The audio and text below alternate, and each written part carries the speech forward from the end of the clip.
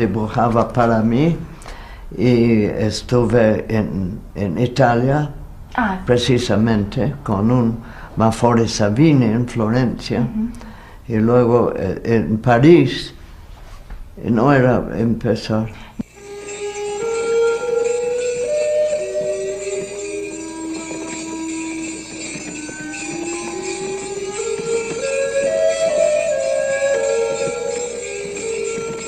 El surrealismo le sirvió como una metodología para reconocer su propia capacidad creativa que llevaba en el interior, muy probablemente desde la niñez.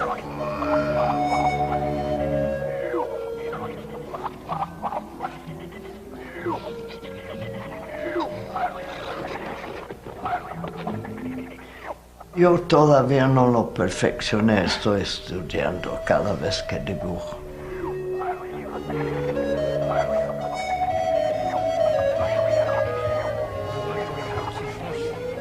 Y se convirtió en un artista no solo gracias al conocimiento de un oficio en el dibujo o el ejercicio de la pintura, sino porque reconoció que el potencial interior que tenía, ella podía revelarlo a través del trabajo creativo como pintora o como escritora en un momento. En algún momento unas personas muy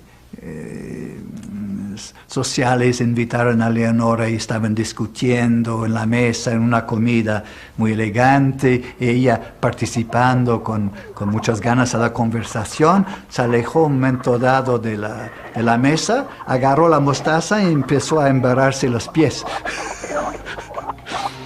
Pues eso lo cuenta Breton, ¿no?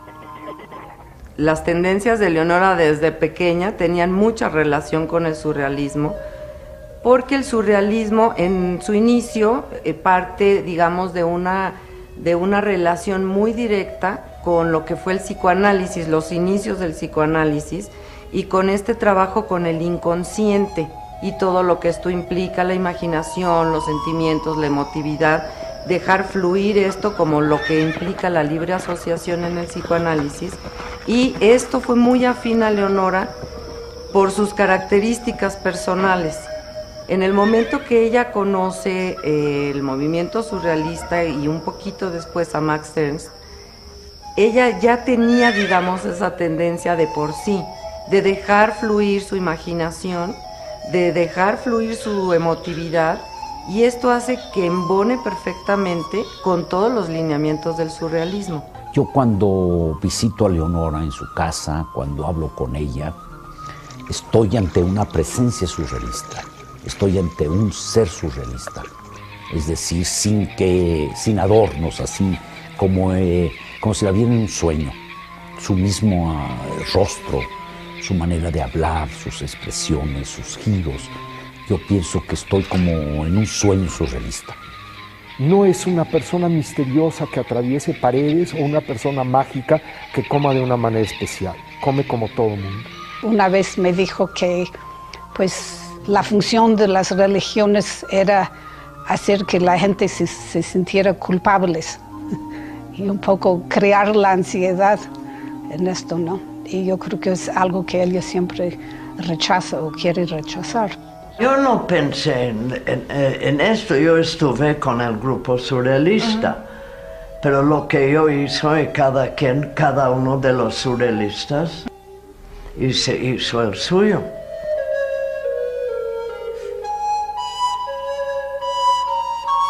No es considerarse parte de algo. Es que sí, yo les admiraba muchos de ellos. Pero no era como una especie de coro. Cada quien hizo su cosa. El chiste era de hacer cosas que vino a uno desde por adentro, de por afuera.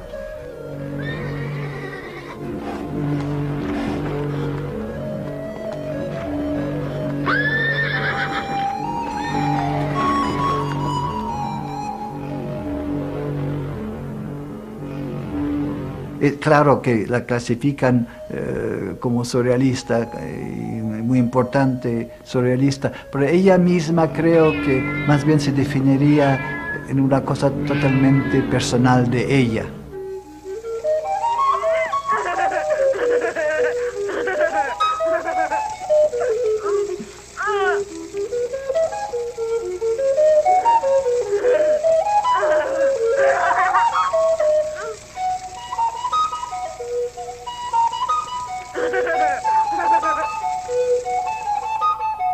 Y siempre eran los hombres más fuertes y las mujeres más débiles por la cuestión de los niños.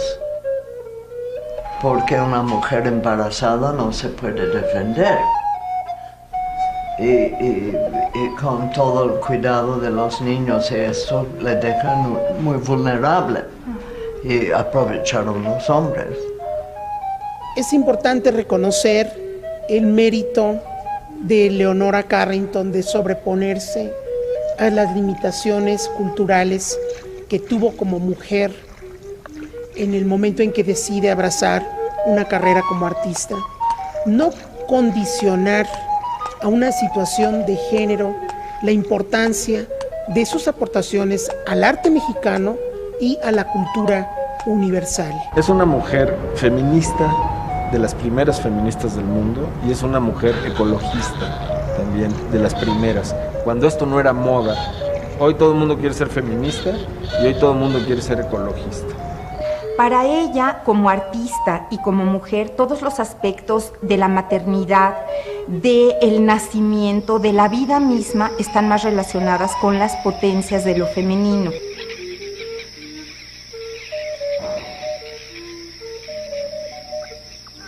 Sí le parece fundamental el que la diosa aparezca como esta primera entidad de fuerza y de poder dentro de la mitología, mucho antes de que las sociedades patriarcales giraran hacia una visión en la que los dioses son los que tienen el poder y la fuerza. La diosa antecede en la historia de la humanidad, o las diosas, anteceden a lo que es después la idea de el Dios, que surge ya cuando surge la sociedad patriarcal. Y aparece acompañada por símbolos alquímicos o por personajes mitológicos. Susan Haber, en su libro Surrealismo, Alquimia y Arte, publicado en el 2004, habla de este pueblo de la diosa blanca, y es un pueblo de raza blanca, esbelta, que poseía capacidad de mudar de forma y también poderes mágicos.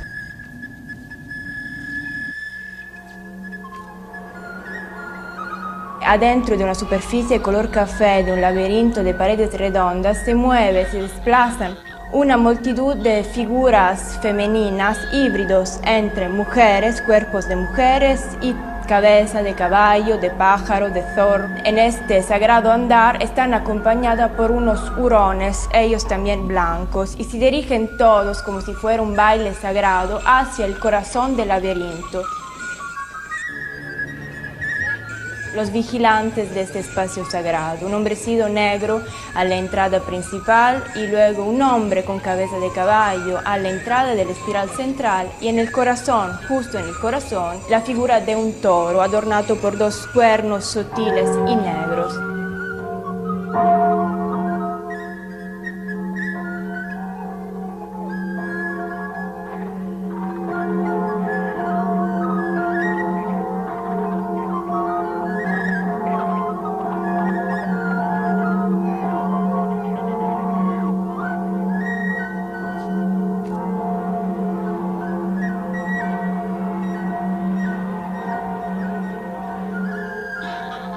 Todos los niños dibujan, Gaby y Pablo de niños dibujaron sobre la pared con tinta china y diciendo Picasso, Picasso, Picasso.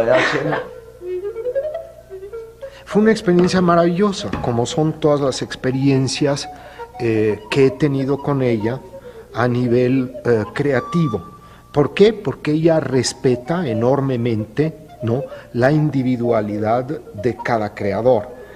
En una ocasión, por ejemplo, me comentaba que esta feroz pasión que tiene por sus hijos es una influencia de la diosa blanca, estas fuerzas telúricas que aparecen en ella, y no es como el amor de una madre común y corriente por sus hijos, sino algo que tiene que ver con fuerzas deificadas que aparecen en el centro de todo ser humano, de toda mujer. El amor absoluto es para los hijos o las hijas. Otros amores pues vienen y se van, ¿no? Creo en general, no sé.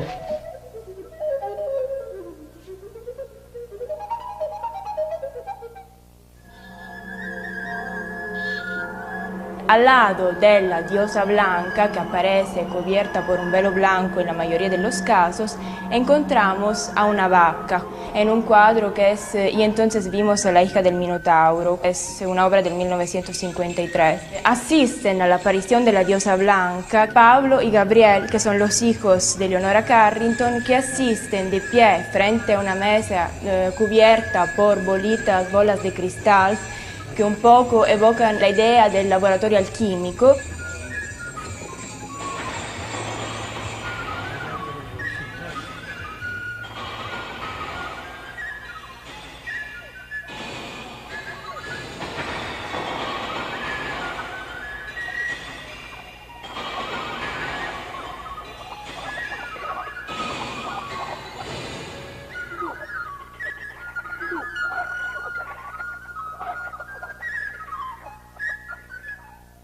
Nadie puede absorber una imagen sin antes dialogar con esa imagen.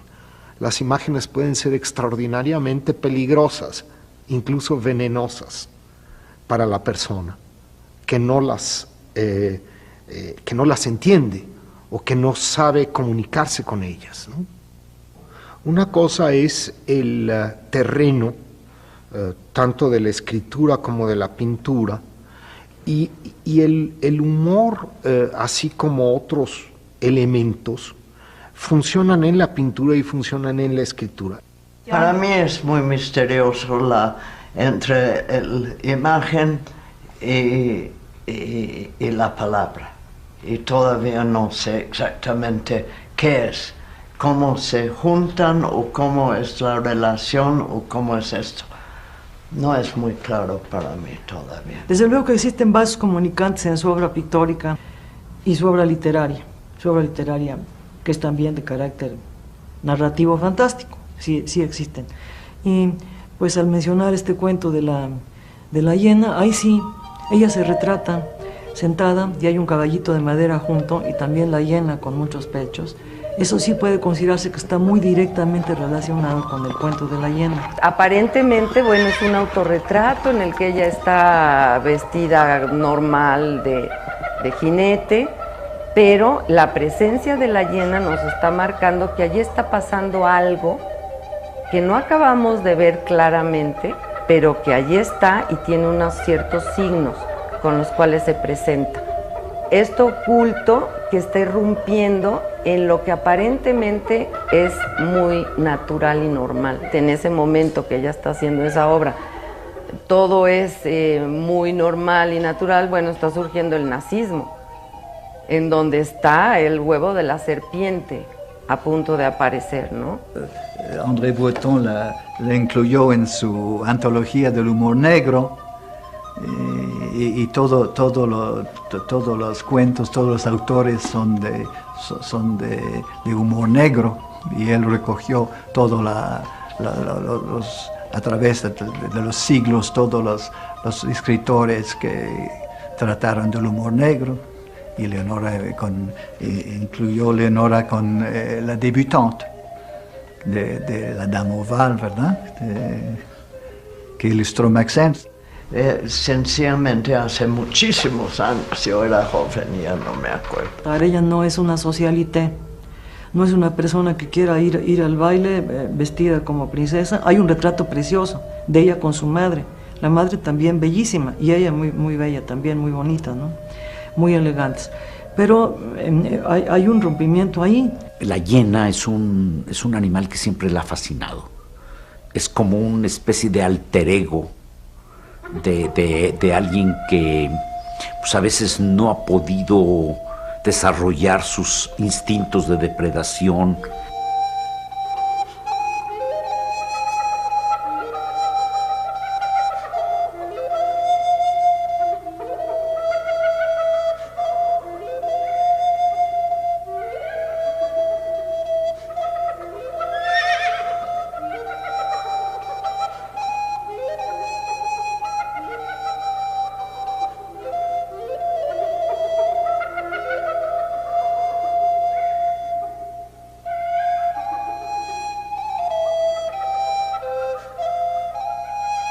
En su presentación en la corte del rey Jorge V, cuando tiene 15 años, bueno, luego de todo el saludo protocolar y todo lo que corresponde, hay una especie de reunión, y en esta reunión alguien le pregunta qué desea hacer cuando sea más grande, y ella contesta que quiere ser comunista.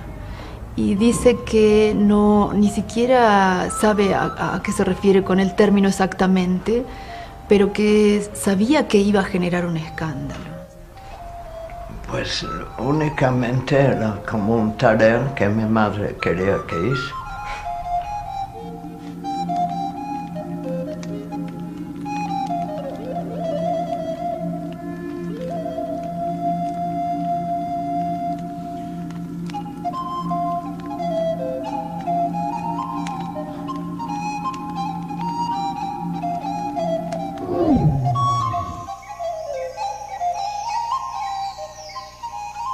En la época que fui debutante, solía ir a menudo al parque zoológico.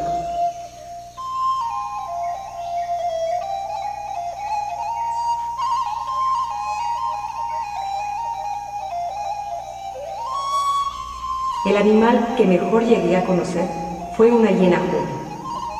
Ella me conocía a mí también. Era muy inteligente. Le enseñé a hablar francés y a cambio ella me enseñó su lenguaje.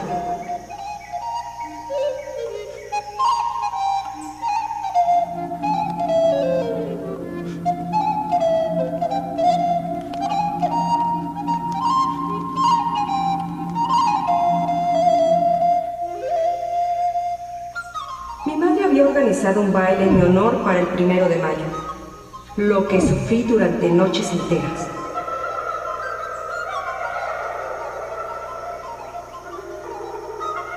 La mañana del 1 de mayo fui muy temprano a visitar a la hiena. ¡Qué asco! Esta noche me toca asistir a mi baile. Tienes suerte. A mí me encantaría ir. No sé bailar, pero en cambio sabría mantener una conversación. He visto llegar a casa carros repletos de comida. Y aún te quejas. Yo solo como una vez al día y me tienen jeringada con tanta basofia. No tienes más que ir en mi lugar. No nos parecemos lo bastante. Con las luces de la noche no se ve muy bien.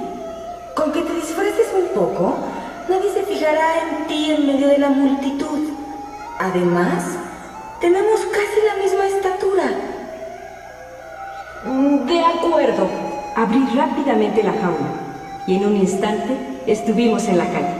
En casa todo el mundo estaba aún en la cama. Una vez en mi cuarto, saqué el vestido que debía ponerme por la noche. Encontré unos guantes para ocultarle las manos, demasiado peludas para parecerse a las mías.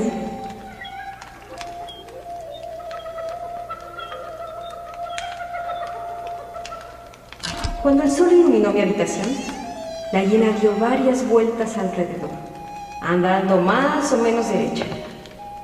Estábamos tan ocupadas que mi madre, que entró a darme los buenos días, estuvo a punto de abrir la puerta antes de que la hiena se escondiera debajo de la cama. ¿Es tentación? ¿Huele mal? Antes de esta noche, date un baño con mis nuevas alas. Por supuesto. Lo más difícil fue encontrar un disfraz para la cara de la hiena. Estuvimos buscando horas y horas. Rechazaba todas mis sugerencias. Creo que he encontrado la solución.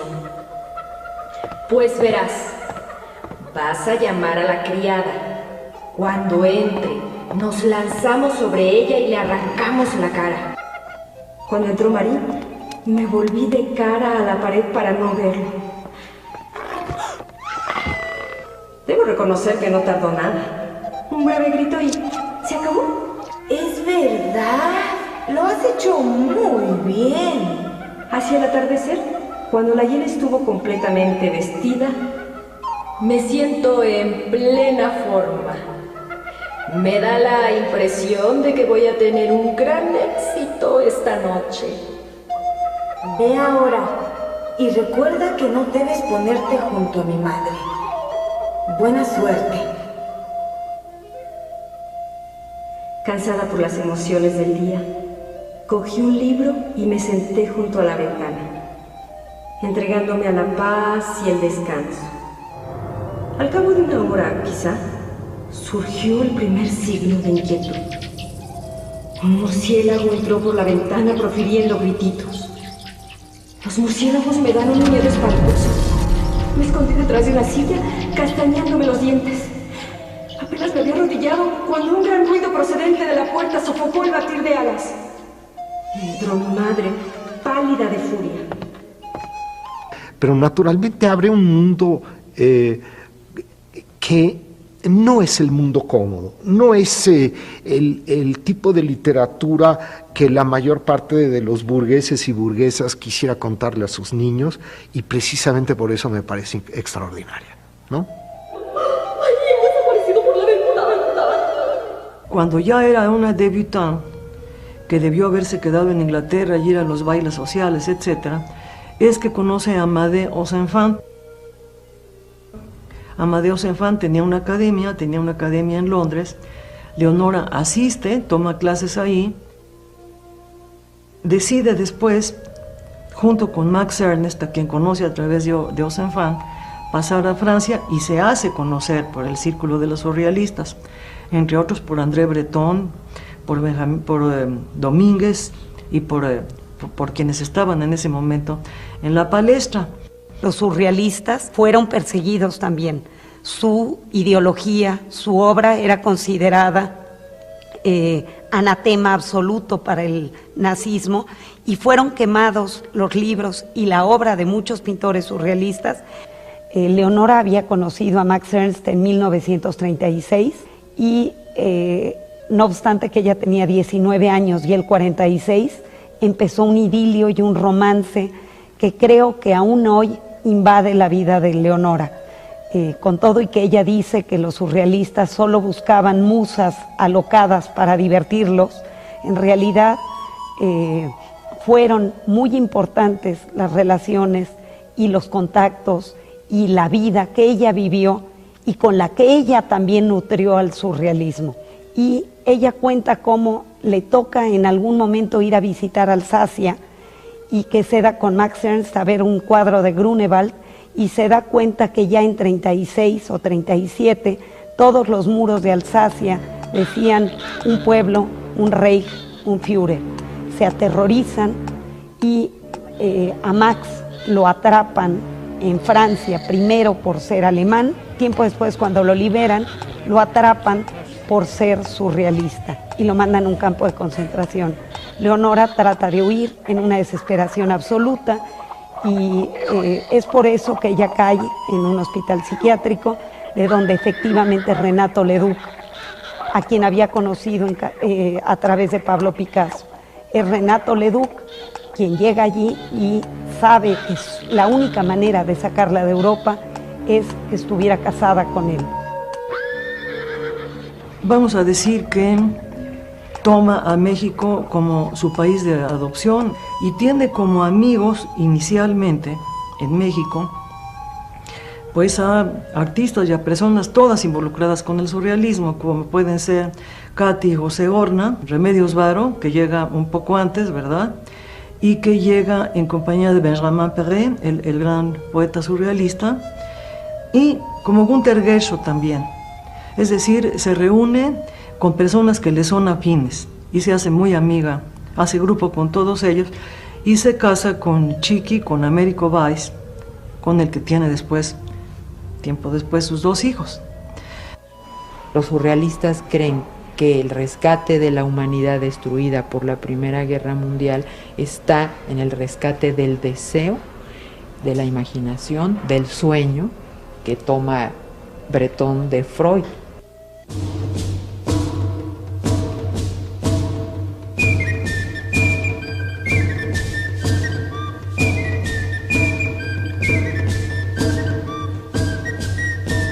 Mis padres eran amigos de Leonora Carrington y creo que también admiradores de su obra, al grado tal de que mi padre, siendo director del nuevo Museo de Antropología e Historia, le pidió a Leonora que pintara ese maravilloso mural que hay en el 2º piso del Museo de Antropología. Estuve en Chiapas, en San Cristóbal, y hice boceto directamente de la gente.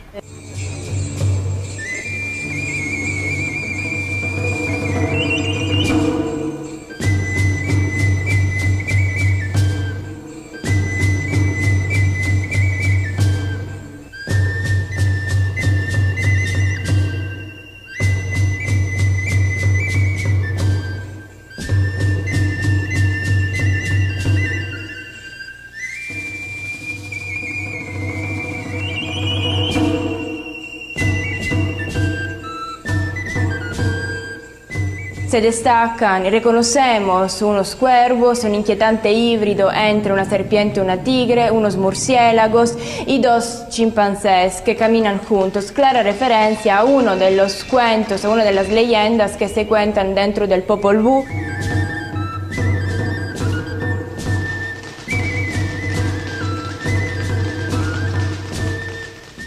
Leonora Carrington tuvo la posibilidad de visitar muchos de los pueblos que estaban alrededor de San Cristóbal de las Casas y también de asistir a rituales chamánicos.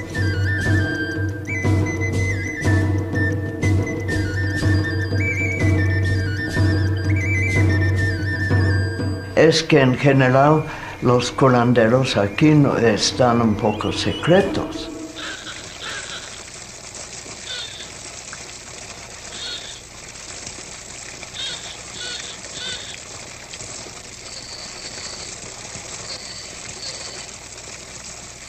Sinecantán, que es el pueblo de los murciélagos, quiere decir, creo, la palabra, ¿verdad?, de los murciélagos. Y era muy... ahí hicieron curación. Fuimos a una casa más fuera del pueblo, a donde estaban curando un señor que estaba acostado en el suelo, ¿no?, mientras que hicieron tortillas.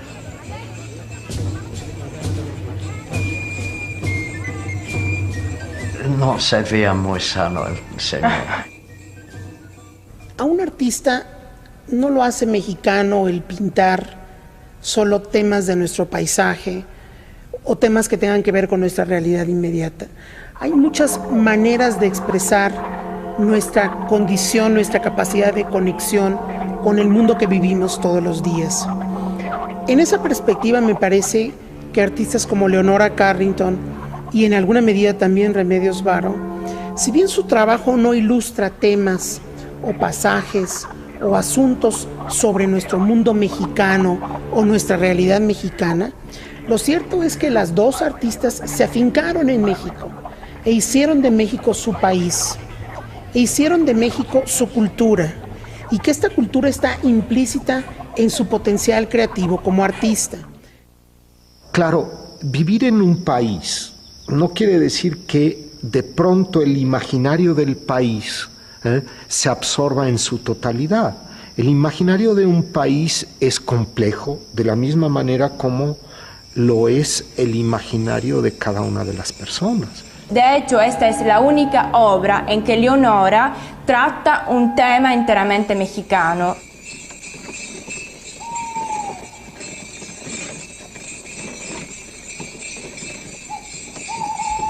Que tiene una importancia radical, pero no precisamente porque sea ese el mundo mágico de los mayas. Es el mundo mágico de Leonora Carrington, dedicado, o vamos a decir, teniendo en cuenta que se le pide que se hable de los mayas. Sin que esto signifique que los temas, la iconografía, los colores, los asuntos, tengan que ver con la cultura mexicana. Pero la libertad de expresión, por ejemplo, la capacidad de poder pintar con absoluta libertad de expresión es una cualidad de nuestra cultura del siglo XX.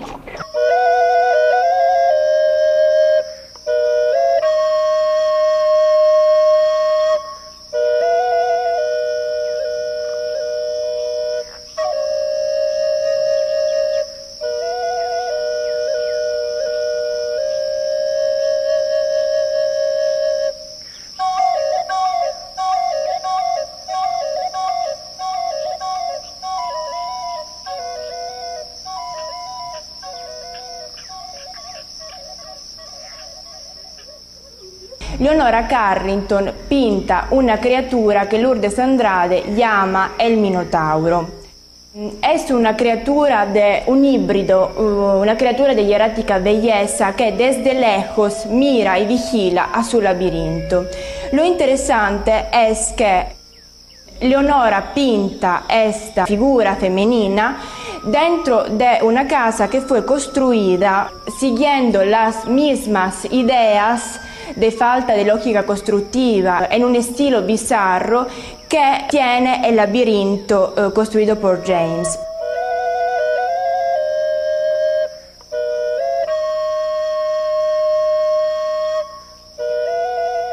Yo durante muchos años fui el abogado de Edward James.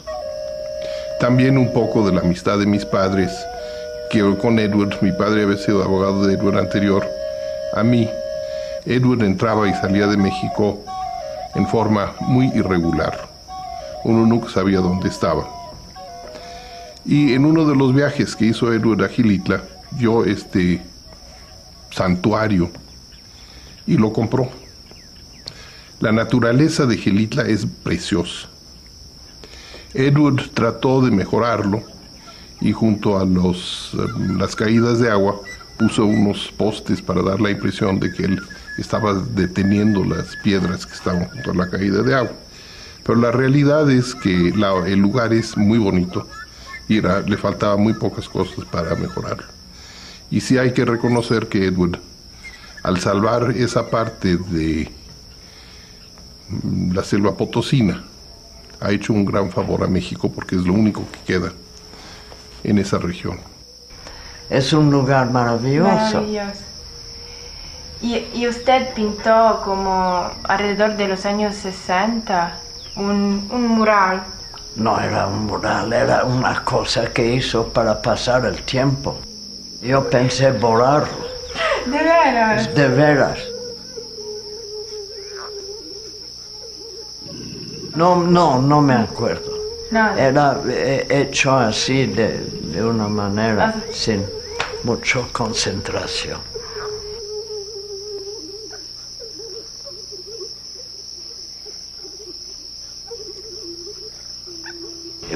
Quizá relaciones invisibles, esto no lo sé. No sabemos lo que nos influye.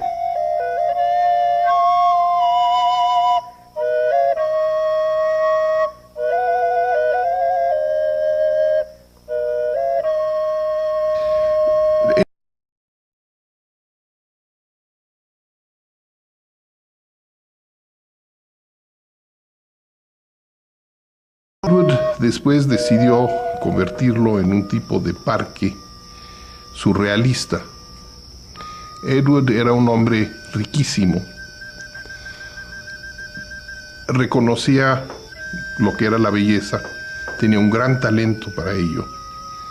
Llegó a tener una de las colecciones de obras del principio del siglo XX en Francia más impresionantes que hubo. La colección Se vendió finalmente en Christie's y fue una colección fuera de serie.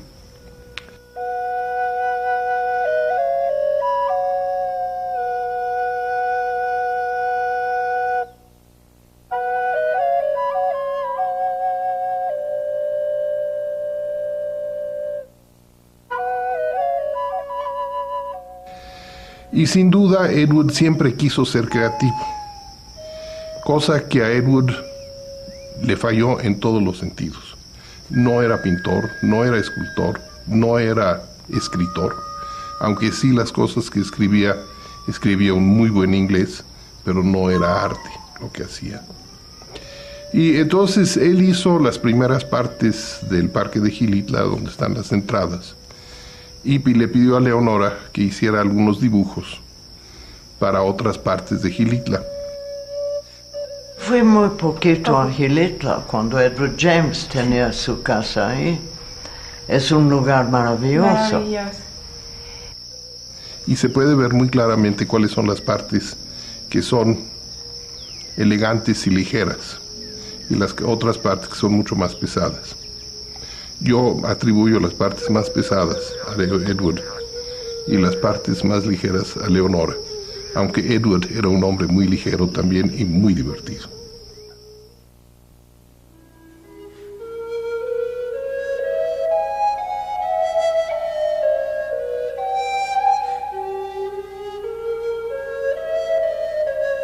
Remedios Varo y Leonora Carrington comparten un espacio cuando vivieron juntas en México a principios de los años 40, una vez que Leonora se integra a esa comunidad de artistas exiliados.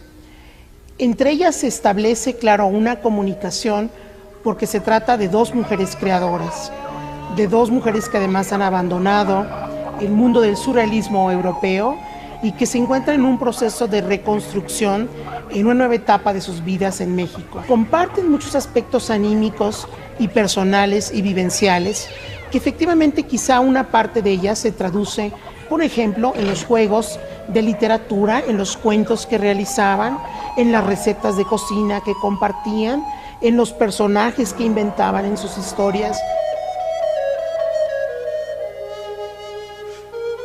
Leonora Carrington en los años 60, que es cuando está eferveciendo esa amistad artísticamente hablando, va a pintar muchos cuadros con laberintos o en composiciones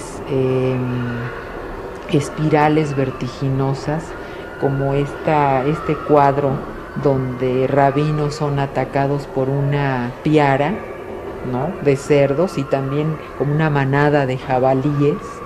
Y sus cuadros se agilizan, tienen un movimiento brutal, y también va a tomar para por ejemplo, la cena o la comida de Lord Candlestick, que es un cuadro muy famoso de los 60, composiciones del autor de los retratos de nobles o de grupo barrocos. Hay que decir que Leonora y la Varo tienen Leonora Carrington y Remedios Varo, una cultura de historia del arte y un conocimiento de la pintura del pasado increíble, y la manejan como nadie, ¿no? Las técnicas de veladuras del Renacimiento también están presentes en su obra. Recuerdo una vez que visité a Leonora, estaba pintando y estaba sentando frente al caballete, ella estaba pintando, creo que es cuando pintaba el cuadro de Bruno, The Burning of Bruno.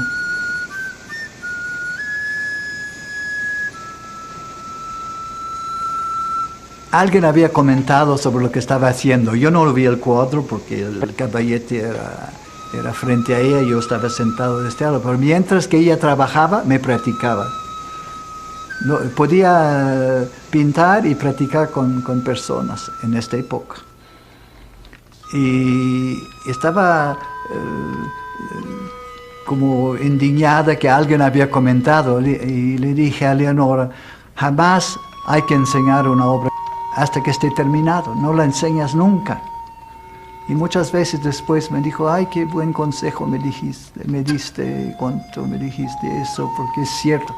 Y cometí muchas veces el error de enseñar obra mía no terminada a personas y hicieron comentarios que me molestaron sumamente.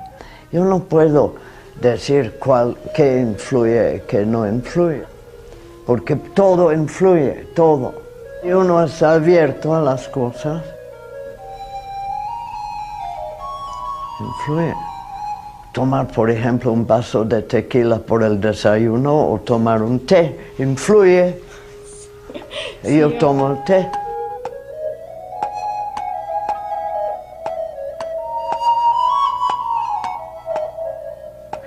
Me enseñaba algún dibujito en el que pone con letras crispadas: estás traspasando mi mundo otra vez. Ella nunca ilustra ni teorías, ni conocimientos, ni sueños, ni visiones, sino que es simplemente como ella es una especie de medium.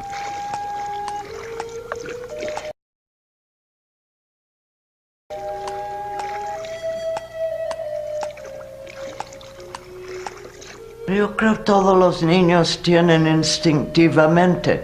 Yo seguí solamente.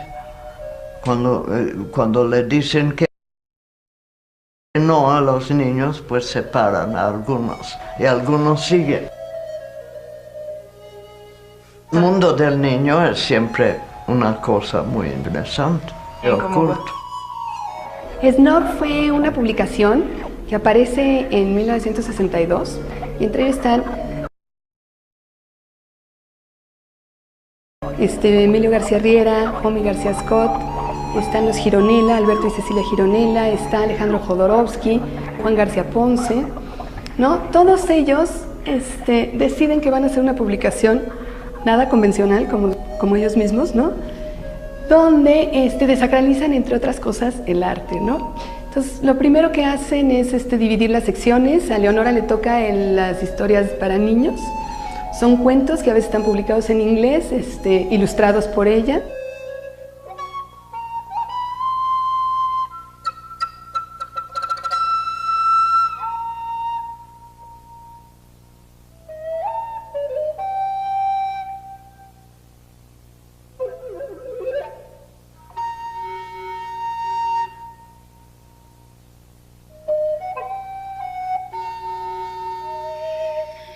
La cuna se la hicieron.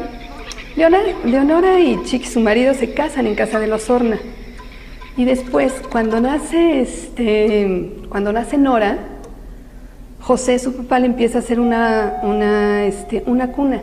Y esta cuna la pinta Leonora. Y Leonora la pinta, no me sé bien cómo es la imagen, la simbología, pero es todo un viaje que va a recorrer la niña en esa cuna.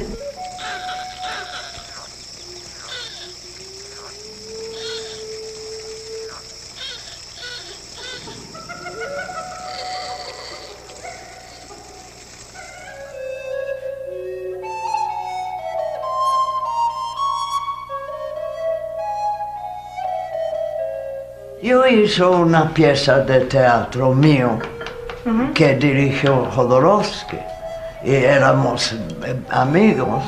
Penélope fue muy interesante porque ahí también nosotros pudimos ayudarle a mi madre con la escenografía, mi hermano y yo. Entonces la dirigió Jodorowsky, ¿no? en el Teatro de la Esfera, un teatrito que había ahí por Polanco.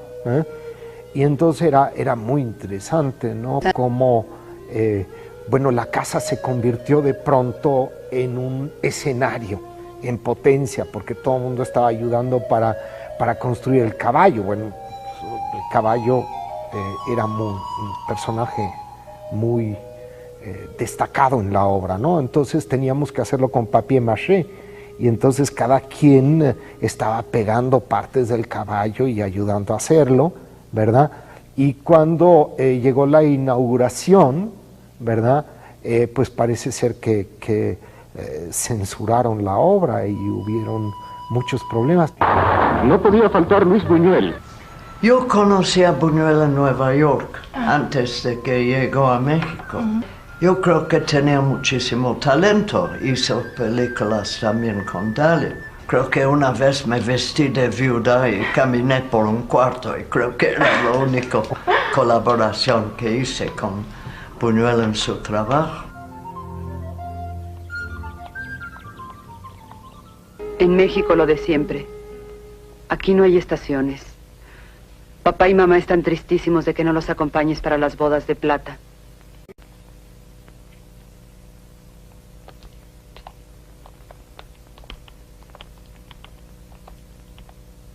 Mamá se cansa de pedirme que conozca muchachos y que salga a bailar.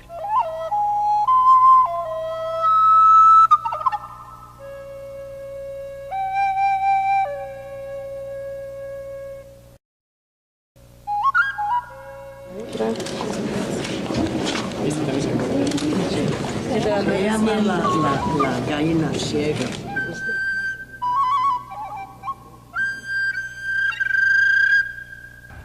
Pues desde que hizo pasteles de lodo de niña.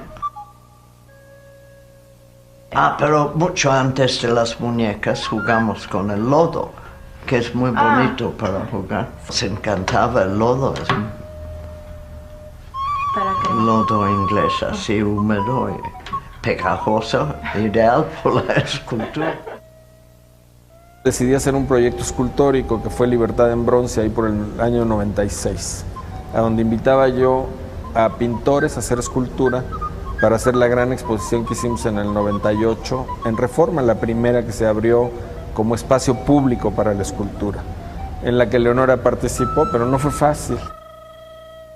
Le propuse que hiciera escultura y de inmediato me dijo que no tenía ningún interés en trabajar. Y finalmente seguí insistiendo y me llama por teléfono y me dice que quiere verme, que tiene algo para mí. Bueno, pues corrí, llegué a su casa, me dejó pasar. Por primera vez rompí el umbral que tiene en su casa, que te deja pasar, si te quiere mucho, hasta la cocina. En esa cocina, de una caja de zapatos, sacó algodones y un modelito de un gato.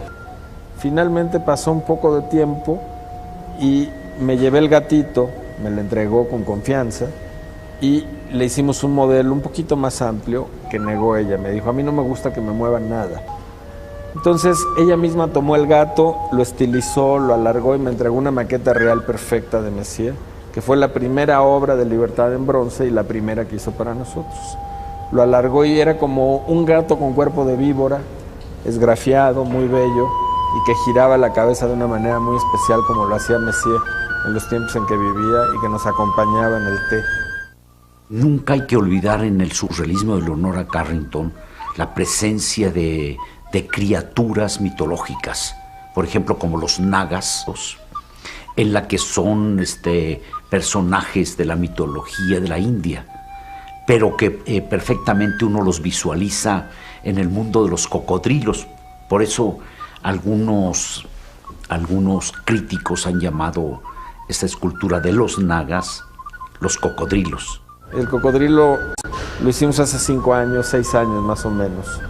Y en la fundición se subía a los andamios de 6 pisos a trabajar con martillos, con gubias, con cinceles, para trabajar el yeso de ese cocodrilo. Leonora trabajó ese cocodrilo, un día me dio esa sorpresa, me dijo, yo no le había encargado obra, y sin embargo se puso a trabajar, nada más por el gusto de hacerlo. Y le llegó la idea recortando en periódico unos perfiles de cocodrilos. Todo influencia. Si uno come demasiado, influencia en la mente y el estómago. ¿No? Destrocé 2 Leonoras Carrington con un cuchillo. Leonora vivía en Nueva York. Tenía un departamento pequeño. Creo que era como Lexington y la 22 o 21 en Manhattan. Y me dio uno de esos cuchillos, no sé cómo se llama, y me dijo, destrózalos. Bueno, yo subí, bajé las cajas primero, y cuando tenía el cuchillo ese para destrozarlos, Leonora Carrington decía, yo no puedo hacer eso. Sí destrozo, ¿por qué? Porque no me gusta. Bueno, y me gritaba, todo esto en inglés. El otro hice una trampa, porque había una parte del cuadro o del óleo ya terminada, entonces esa la corté así, y le enrollé, y lo demás sí quedó destrozado. Al bajar del tapanco, yo traía el óleo aquí en el saco, tratando de escondérselo a Leonora.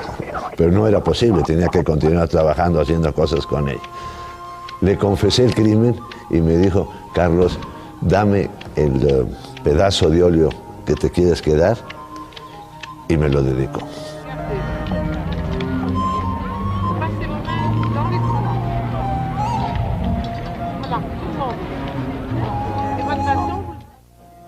Ella dice que la razón debe conocer la razón del corazón y todas las demás razones.